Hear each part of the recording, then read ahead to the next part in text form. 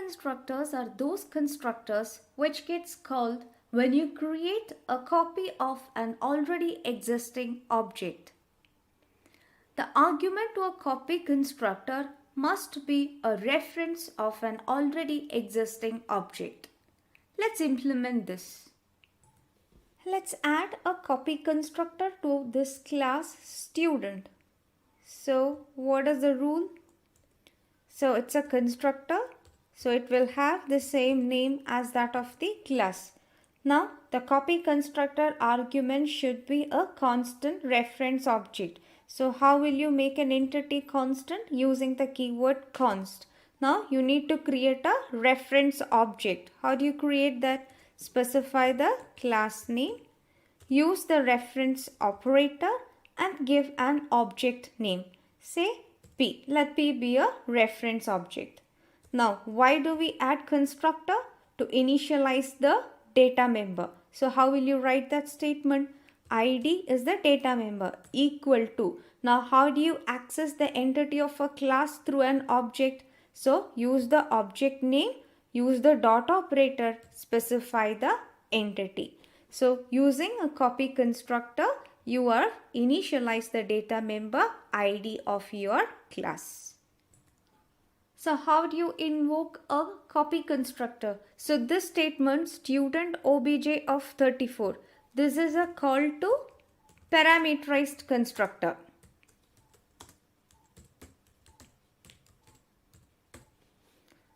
Now how do you invoke a copy constructor? So student, when you create a new object, say obj1 from an already existing object. So obj is created before you have created obj1. So I'm trying to create obj1 making use of the already existing object obj.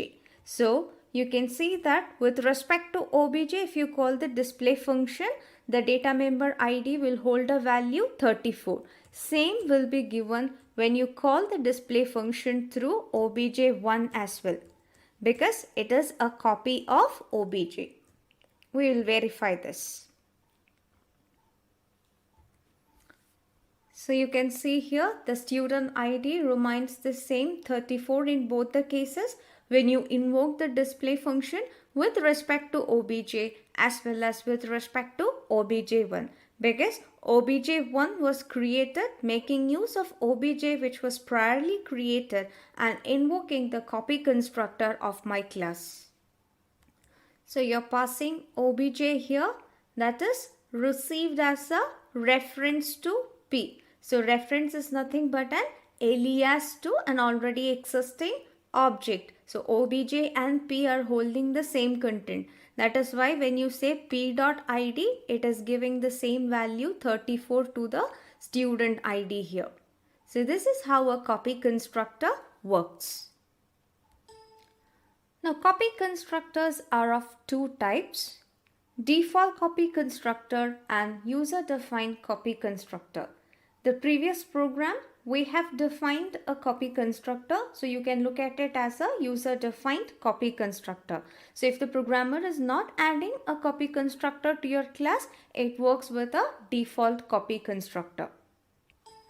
So when is user-defined copy constructor needed? If we don't define our own copy constructor, the C++ compiler creates a default copy constructor for each class which does a member-wise copy between the objects. The compiler created copy constructor works fine in general. We need to define our own copy constructor only if an object has pointers or any runtime allocation of the resources like file handle, a network connection, etc.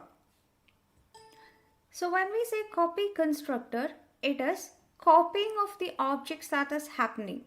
And this copying mechanism happens in two methods. That is, it can happen either as a shallow copy or it can happen as a deep copy. Default constructor does only shallow copy. Shallow copy is a bitwise copy of an object. A new object is created that has an exact copy of the values in the original object. So shallow copy, if you look at this pictorial representation, say you're going to make a copy of bag 1 and say bag 2 is a copy of bag 1.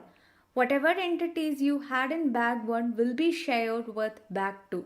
So whatever changes you make to bag 1 is going to get reflected on bag 2, and whatever changes you make to bag 2 will be reflected on the entities inside your bag 1 because they are shared.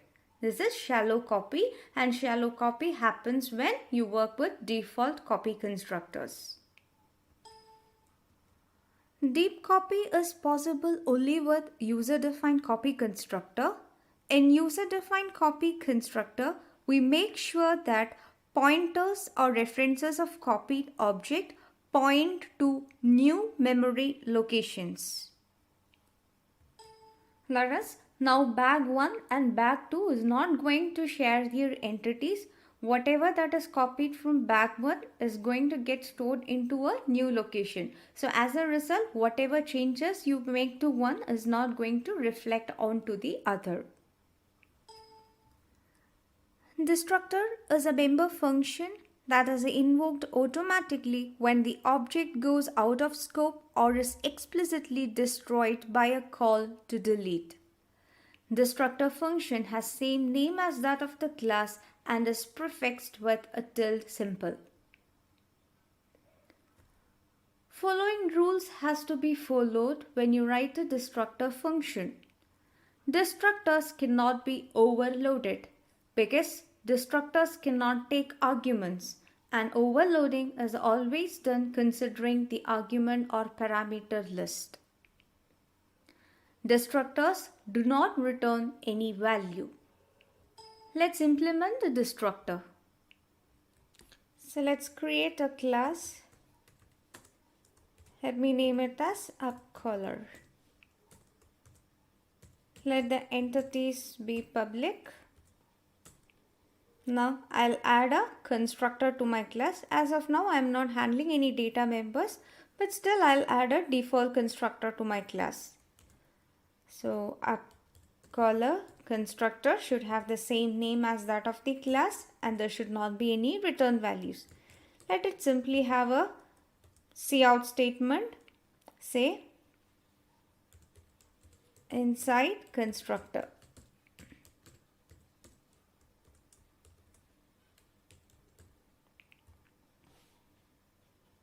Now I'll add a destructor as well to my class. So before the class name, you prefix it with a tilde symbol. Same name as that of the class. Now your destructor cannot take any arguments. Let me write a simple statement, that is destructor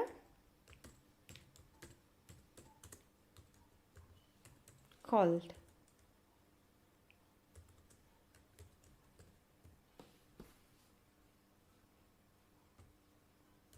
So now let's invoke this class in your main function. So I'll create an object, say obj. So the moment you create your object, the constructor will be called. So here you can see the output will be inside constructor. Now the scope of my object is within the main. So once the object is, that is, once your program is executed, the scope of your object ends. So the moment the scope ends, your destructor function will be called. So let's build and run and verify this.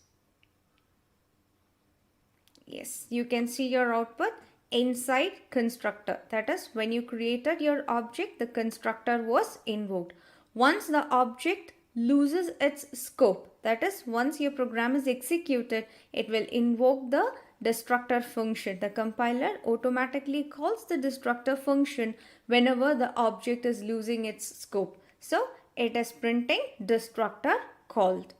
So this is how you work with constructors and destructors. We will implement these in the coming sessions too.